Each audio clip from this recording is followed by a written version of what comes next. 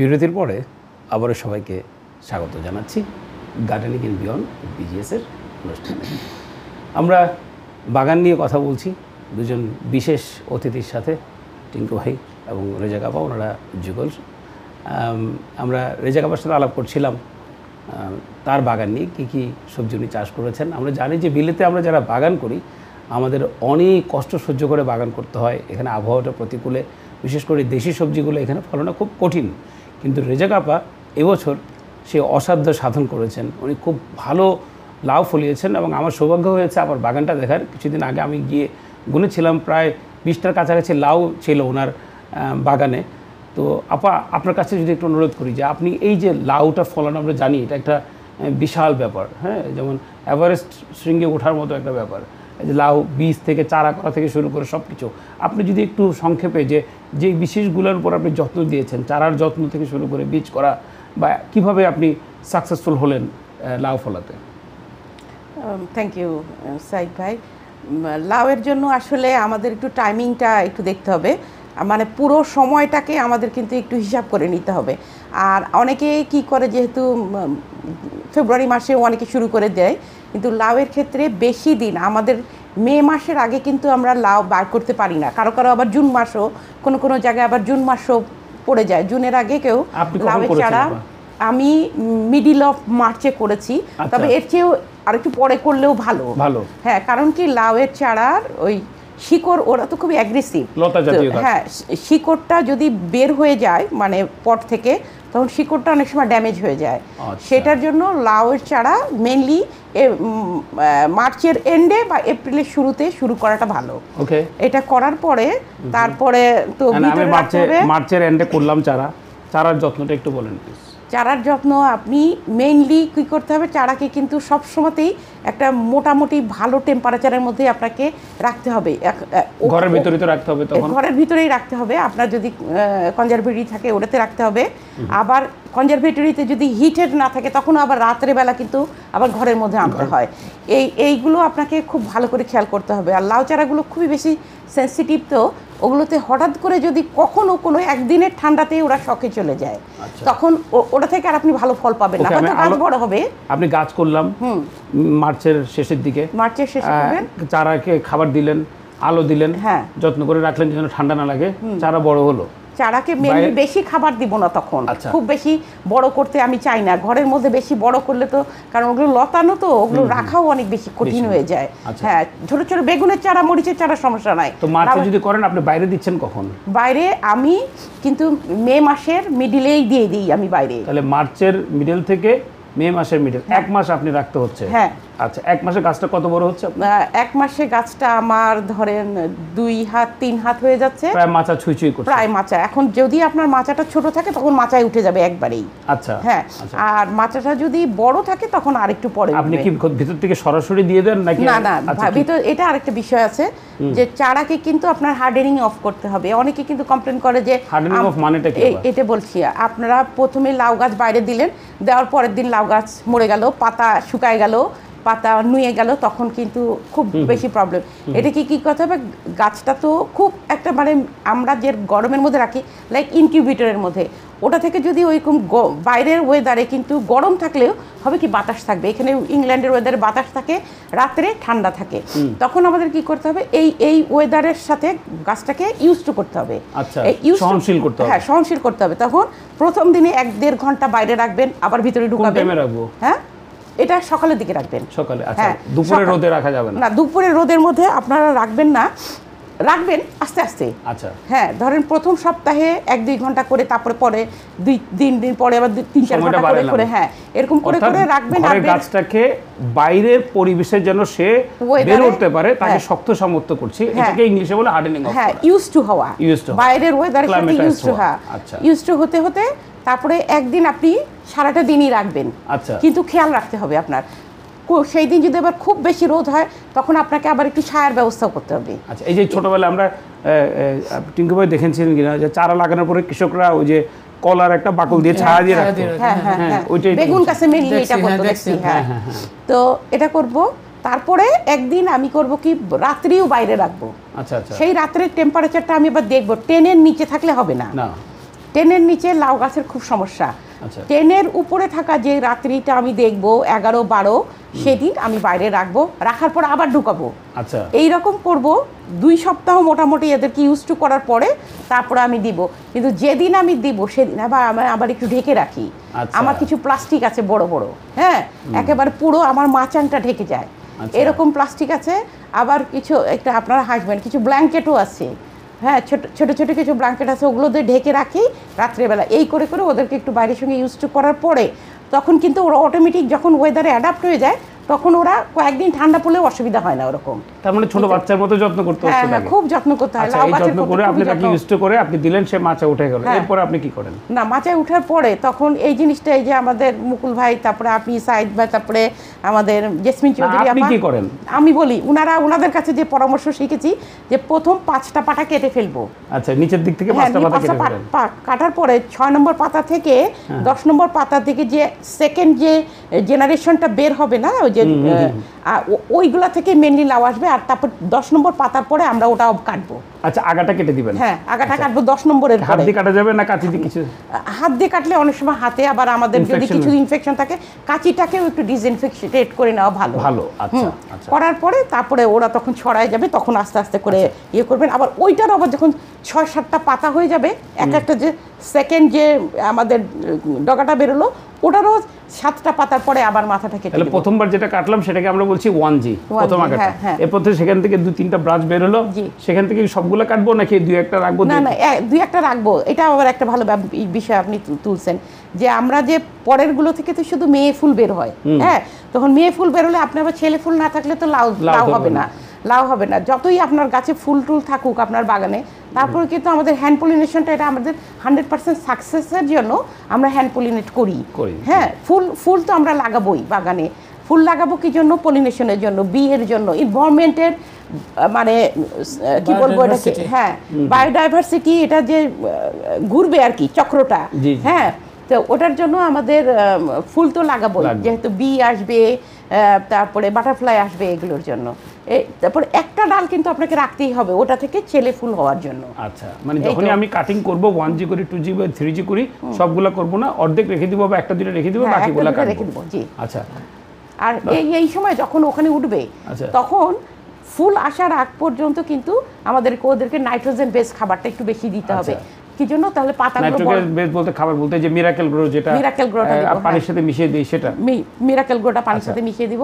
আর মাটি তৈরির সময়তেও কিন্তু এটা একটু বলে নিই, পারলাইটটা একটু দিতে হবে, কারণ আর পারলাইটের সাথে আর অন্যান্য খাবারও কিছু দিতে হবে। লাউটা আপনি পটে দেন নাকি মাটিতে দেন? আমি মাটিতেও দেই, আর আমার জন্য বড় রেজ বেড সে বানাই দিছে এবার 4টা, তো রেজ বেডে করে। আচ্ছা আর কিছু অ্যাড করবেন এটার সাথে? না ঠিক আছে, এইটা ওই লাউ যখন বড় হচ্ছে তখন আমরা এই যে মিরাকেল গ্রো দিব, আর যখন ফুল ফোটা শুরু হবে তখন আমরা টমেটো ফিড দেব। ফুল আসার পর থেকে মানে মাচা উঠে গিয়ে যখন আপনি 1G করে দিলেন, ফুল আসা শুরু হলো, তখন থেকে আপনি টমেটো ফিড দিবেন। কদিন পর পর দেন আপনারা? এটা 15 দিনে একদিন দিব, বা কোনো সময়তে যদি মনে করি না ফুল এনাফ হচ্ছে না তখন সপ্তাহে একবার দিব। দর্শক মণ্ডলী যারা এই মুহূর্তে দেখছেন টিভির সামনে, যারা শুনছেন এই কথাগুলো, কি দারুণ যে একজন সফল বাগানি এবং যিনি দারুণ লাউ ফলিয়েছেন, এবং অনেকগুলো লাউ এখনো তো শুধু আপনি নিজে খাচ্ছেন না, এগুলো তো আপনি বিভিন্ন জনকে দিচ্ছেন উপহার। দেওয়াতেই তো আনন্দ দিচ্ছেন। আপনারা যদি এইভাবে লাউ ফলাতে চান তাহলে যেটা করতে হবে যে আপা যে কথাগুলো বললেন সেটা আপনারা ফলো করতে পারেন আগামী বছরের জন্য, বা এই বছরও আপনার যাদের লাউ গাছে ফল আসছে না, আপনি দেখেন কিছু আগা কেটে দেন, খাবার দেন। আর যদি আগামী বছরের জন্য বেশি বেশি লাউ ফলাতে চান তাহলে আপনি ফেসবুকে গিয়ে সার্চ করেন বাংলাদেশি গার্ডেনার সোসাইটি ইউকে, এবং বাংলাদেশি গার্ডেন সোসাইটি ইউকে গেলেই আপনি রেজেকা রুমান আপাকে সেখানে পেয়ে যাবেন। তার সাথে আপনি যোগাযোগ করতে পারেন। আপা কিন্তু বিভিন্নভাবে পরামর্শ দিয়ে সাহায্য করবেন, এবং দরকার হলে বীজ দিয়ে চারা দিয়ে আপা বিভিন্নভাবে সাহায্য করেন। আপনারা এটা করতে পারেন চাইলে। আমরা একটু টিঙ্কু ভাইয়ের কাছে যাচ্ছি। টিঙ্কু ভাই, জি ভাই, এই যে আপা বললেন এই কাজগুলো করেন, ইয়েতে পাঠান, সকালে পাঠান, বিকেলে নিয়ে আমার মাটিতে গিয়ে রেখে আসেন, কম্বল দিয়ে জড়ায় দেন, এটা দিয়ে করে দেন, এগুলি কি উনি একা করেন নাকি আপনিও আপাকে বা আপনাকে দিয়ে করায়? না, উনি একাই করে আসলে মূলত, বিকজ এগুলো আমার কাছে খুব বিরক্তিকর লাগে। কারণ এই যে নিয়ে যাওয়া নিয়ে আসা এগুলো মানে খুবই, আমি সামটাইমস দেখছি। বাট আপনি অনুষ্ঠানের শুরুতে বলেছেন কিন্তু আপা আপনাকে ধমকও দেয় মাঝে মধ্যে। ধমক যখন এক্সট্রিম দিয়ে ধমক দিলে তখন তো করতেই হয়। আচ্ছা, তো ধমক খেয়ে কি কাজকর্ম কিছু করতে হয় এই ধরনের কাজ? হ্যাঁ, কাজ করা এরকম, বাট মূলত কল আসছে, আমি কলটা নিয়ে। ওই করে মূলত। আসসালামু আলাইকুম, কে আছেন? হ্যালো, আসসালামু আলাইকুম। আসসালামু আলাইকুম। জি মাসুদ আপা। হ্যাঁ হ্যাঁ, আমি রেজেকাকে খুব বিশেষ করে ধন্যবাদ দিচ্ছি। সে আমাকে অনেক বড় লাউ গাছ প্রেজেন্ট করছিল, যার কারণে তার কাছ থেকে করলা গাছ, লাউ গাছ, যেহেতু এই দেওয়া নেওয়ার গল্পটা এখন হচ্ছিল, তার জন্য আমি আবার ফোনটা দিলাম। সবকিছু রেজেকা এবং টিঙ্কুর কাছ থেকে আমার পাওয়া। আমি কিছু দিই তবে ওর গাছগুলো আমার খুব ভালো হয়েছে। আর এত বড় গাছ দিচ্ছে, আমি তো আমার সমান লম্বা, আর বয়স বেশি আমাদের, আমরা কিছু করতে পারি না। এরা ছোটরা আমাদেরকে অনেক হেল্প করে। যে কোনো সমস্যা হলেই তো আমি টেলিফোন করি, রেজেকা আমাকে বুদ্ধি দিয়ে দেয়, এই করেন এই করেন এই করেন, আমি সেইভাবে চলি, সেইভাবে করি। যে খুব ভালো হচ্ছে আমার গাছও, কোনো অসুবিধা নাই। থ্যাংক ইউ আপা। বিশেষ করে এই অনুষ্ঠানের মাধ্যমে রেজেকা, টিঙ্কু, তোমাকে সবাইকে আমি অশেষ অশেষ ধন্যবাদ জানাচ্ছি। থ্যাংক ইউ আপু, থ্যাংক ইউ। অনেক ধন্যবাদ আপা ফোন দেওয়ার জন্য। অনেকে লাইভ দেখছেন, আমি একটু নামগুলো পড়ে নিচ্ছি। ডেইজি দেখছে, প্রভা দেখছে, মাহমুদ সুটন দেখছেন, সালাম দিয়েছেন। নুসরত জেরিন দেখছে। মূলত টিঙ্কু ভাইয়ের চুমার গুণে আপুর লাভগুলো ভালো হয়, সেটা কেন কেউ বলছে না। আচ্ছা, এটা দুষ্টামি করছে নিশ্চয়ই, আপনার সম্পর্কে হয়তো শালিকা। আচ্ছা, গ্রিন হাসেম ভাই দেখছেন, সুন্দর হচ্ছে অনুষ্ঠান বলছেন। প্রভা দেখছে, আমরা যখন বাইরে টেম্পারেচারে কিছুদিন টানা 10 ডিগ্রি থাকে তারপর দিই। আচ্ছা, লাউগুলো তারপর দেওয়া হয়। হ্যাঁ, ভালো কথা বলছি, সেটা আপা বলছিলেন। ইকবাল দেখছেন অনুষ্ঠান, লাউ গবেষক, লাউ চিকিৎসক আর লাউ খাদক। আচ্ছা, আরিফ অনুষ্ঠান দেখছে, অনেক অনুষ্ঠান দেখছেন। যাই হোক, অনেক অনেক ধন্যবাদ যারা অনুষ্ঠান দেখছেন এবং কষ্ট করে কমেন্ট করছেন। আপনারা দেখতে থাকুন, কষ্ট করতে থাকুন। আমরা টিঙ্কু ভাইয়ের কাছে বলছিলাম যে আপনি আপাকে ভয় পান, সেই ধমক খেয়ে করেন, নাকি আপনি আসলে এটা ভয় পাওয়ার জন্য নাকি এটা দুষ্টুমি করেন, আসলে আপনি বাগান করতে পছন্দ করেন? না, আমি আমরা কিন্তু কিছু গোপন ইনফরমেশন পেয়েছি ভাই। না, সত্যি কথা বলতে কি, যে লাভের ব্যাপারটা না ও একাই করে বেশিরভাগই, বাট যখন দেখতেছি ও পারে না, কারণ অফিস থেকে এসে একটা মানুষ ফুল টাইম কাজ করে। আচ্ছা, লাভের চারা ও যেটা বর্ণনা করলো, এবং আপনিও জানেন, ছোট বাচ্চা মানুষ করার মতো লাভের চারা বলেন বা অন্য, কারণ এই যে লাভের চারাগুলো ওরা যে আপনারা যেগুলো করেন বা ও যেগুলো করতেছে, মুকুল ভাইয়েরা যেগুলো করে, ইউকের এনভায়রনমেন্ট ফ্রেন্ডলি। হ্যাঁ, এটা একটা যুদ্ধ। বাংলাদেশ থেকে এনে চারা এনে এখানে করা যাবে না, বা বীজ এনে করা যাবে না। এই জন্য ও বীজ রাখে, আপনার বিদেশে সবাই বীজ রাখে, কারণ এগুলা adapted to this environment, so that আপনাদের এখানে লাভ ফলাতে কোনো অসুবিধা। ওকে যে স্ট্রাগল করা দেখি আমি, যে এই যে ভিতরে নিয়ে আসতেছে আবার বাইরে দিচ্ছে, ভিতরে নিয়ে আসতেছে বাইরে দিচ্ছে। এটা মনে করেন 90% কাজ ও করে, 10% কাজ যখন আমি দেখি না আমার কাছ থেকে মানবিক কত দিক দিয়ে খারাপ লাগতেছে, তখন আমি তাকে হেল্প করি। বাট বাগানি যদি করা বলেন, মানে ভয়ে বা ইয়েতে না, বাগান ওকে দেখে আসলে আমার বাগান করাটা শেখা। আমরা বাগানের মধ্যে আসতেছি। আপাকে কাছে একটা গোপন প্রশ্ন করে নিয়ে, আপনি শুনবেন না কিন্তু। আপা, টিঙ্কু ভাই তোকে আমি গত 5 বছর ধরে চিনি, আমি কখনো দেখিনি আজকে যে এই যে এতক্ষণ 40 মিনিটের মতো হয়ে গেল চেয়ারে একসাথে বসা। আপনি কি ওনাকে এরকমভাবে বসে থাকতে দেখেন, নাকি উনি এরকম বসে থাকতে পারেন না? এরকম বসে থাকে তখন যখন ওই যে কবিতা লেখেন। হ্যাঁ, কবিতা লেখে, কিছু লেখালেখি করে। আর আমার কাছে তো মনে হয় যে কাজ থেকে ফাঁকি দেওয়ার জন্য তখন ওরকম বসে থাকে মোবাইল নিয়ে, বলে খুব জরুরি কাজ করতেছে। ধরুন কোনো কিছু করতে বললে, আপনি যে লাভের কথা বললেন যে হেল্প করে কিনা, ও হেল্প করতে চায়, হ্যাঁ, কিন্তু ধরেন লাউ গাছ তো অনেক সেন্সিটিভ না। ধরেন আমি বলবো ট্রেটাকে এরকম করে ধরতে, সে ট্রেটাকে এমন করে ধরবে, মাঝে মাঝে ফেলে দেয়। হ্যাঁ হ্যাঁ, মাঝে মাঝে ফেলে দিবে, হয়তো পাতা ছিঁড়ে ফেলবে, এরকম টান মারবে। সেদিনও একটা পট সরাচ্ছে, হ্যাঁ, পট সরাতে বসে একটা টমেটো ছিঁড়ে গেল। আমার তো মনে হয় টিঙ্কু ভাই মাঝে মাঝে ইচ্ছা করে করেন, আপনি ধমক খাওয়ার জন্য। না, এইগুলো ইচ্ছা করে করে, আমারও মনে হয় ইচ্ছা করে করে, আর আমি আর কাজ করতে না বলি। এটা হলো, এটা আমি বুঝি তো, এগুলো হলো চালাকি। It's not like that, no, এগুলো চালাকি। আসলে আমি ইচ্ছা করে করি না, আমার এগুলো অত। আপনি কিন্তু এবছর ভালো বাগান করেছেন, আপা কিন্তু বলেছে। আপা কিন্তু যেটা বলছে ইচ্ছাকৃত করেন, এটা আবার মনের কথা না, আপা জাস্ট মজা করার জন্য বললেন। আপা কিন্তু আমাকে বলেছেন যে এই বছর বাগান মূলত আপনি করেছেন, অনেক এফোর্ট দিয়েছেন এবং ফুলের গাছও করেছেন। এটা আমি আসলে যেটা বললাম, ও যে একটা মানুষ ফুল টাইম কাজ করে, সে বাগানে কাজ করে, আমার কাছে খারাপ লাগে। সেই দায়িত্ববোধ থেকে আমি ওকে হেল্প করছি।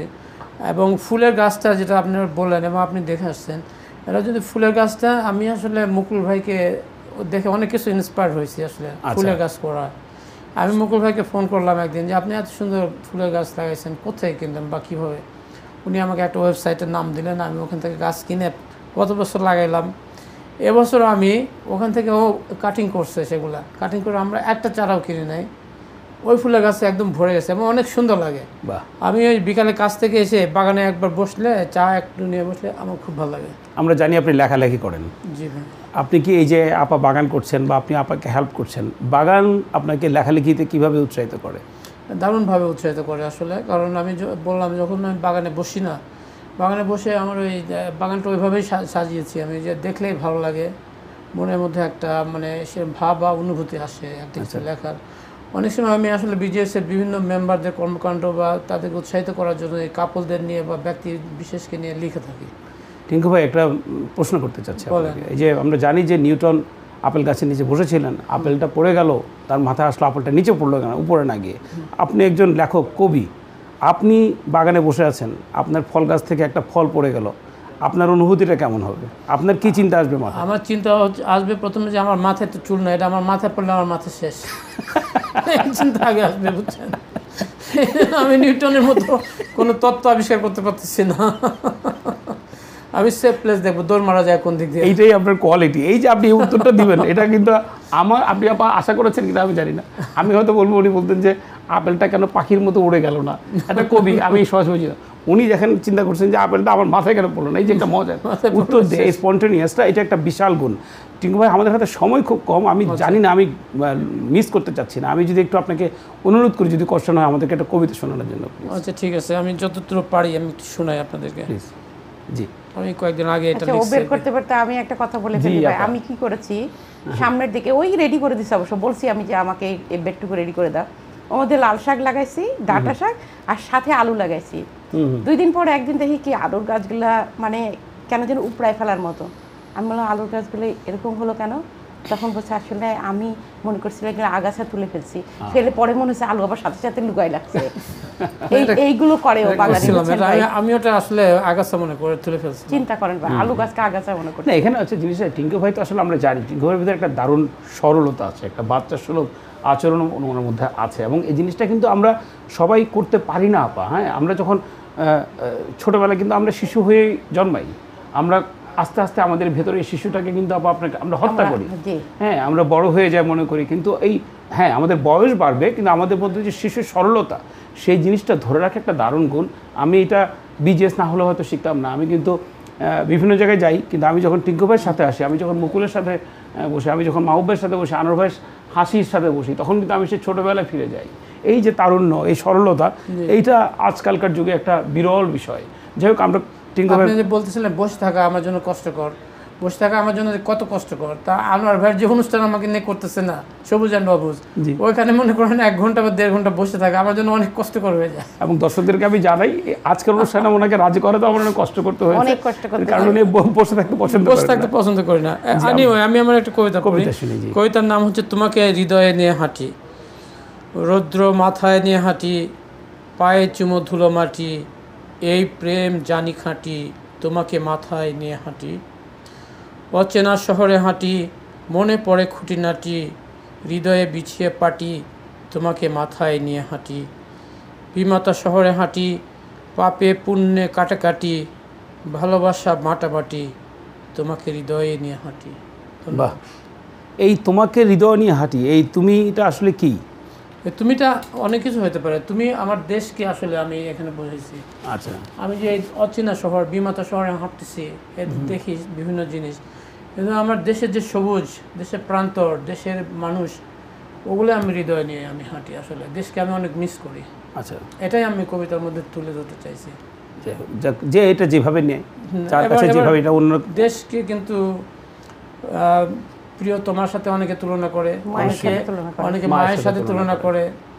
তো দেশ আমার কাছে প্রিয় তোমার মতো, আসলে আপনার কাছে প্রিয় তোমার মতো। বাহ, খুব দারুণ কবিতা, খুব সুন্দর কবিতা। ধন্যবাদ, অনেক ধন্যবাদ আপনাকে সুন্দর আবৃত্তি করার জন্য। আমরা যদি বাগানের আরও কিছু কথা বলি, আপা, ফুল বাগানটা সবজির জন্য কিভাবে হেল্প করে? ফুল বাগানটা সবজির জন্য তো খুবই খুবই জরুরি এটা, যেহেতু ফুলকে বীজ আকর্ষণ করে, বাটারফ্লাই আসে, পলিনেশনের জন্য খুব হেল্প করে। আর শুধুমাত্র সবজি থাকলে, সবজিরও ফুল হয় অবশ্য, কিন্তু দুটোর কম্বিনেশন এটা খুব জরুরি আমাদের একজন বাগানির জন্য। আমি কেন বললাম আপা, যেমন আমি যে এলাকায় থাকি, সেখানে যদি আমি একটা হিসাব করি যে 20 জন বাগানি যদি থাকেন, হয়তো দেখা যায় একজনই ফুল করছেন, 19 জন ফুল করছেন না। জি, তো এই বিষয়টাকে আপনি যে ফুল একটু কিছুক্ষণ আগে বায়োডাইভার্সিটির কথা বললেন, যে মৌমাছির কথা বললেন, আপনি একটু কি দর্শকদেরকে বলবেন একটু প্লিজ যে কেন ফুল বাগান করবেন এবং সহজে কিভাবে করা যায় ফুল বাগান? ফুল বাগান সহজে কি করা যায়, যেই ফুলগুলো পেরিনিয়াল আপনারা সেই ফুলগুলো লাগাতে পারেন। আচ্ছা। হ্যাঁ, যদি আপনাদের জন্য খুব কষ্ট হয় যে প্রতি বছর বছর ফুল গাছ লাগানো, আর এখানে তো সব শপেই কিন্তু এই যে পিটুনিয়াগুলো কিন্তু খুবই ইজি পাওয়া যায় এবং খুব ইজি হয়ও। সবারই যে হ্যাঙ্গিং বাস্কেটে লাগাতে হবে তা না, এমনি নর্মালি ছোট একটা পটে করেও তারা লাগাতে পারে। আর চাইলে বীজ কিলো চারা করতে পারে। হ্যাঁ, বীজ কিনেও চারা করতে পারে।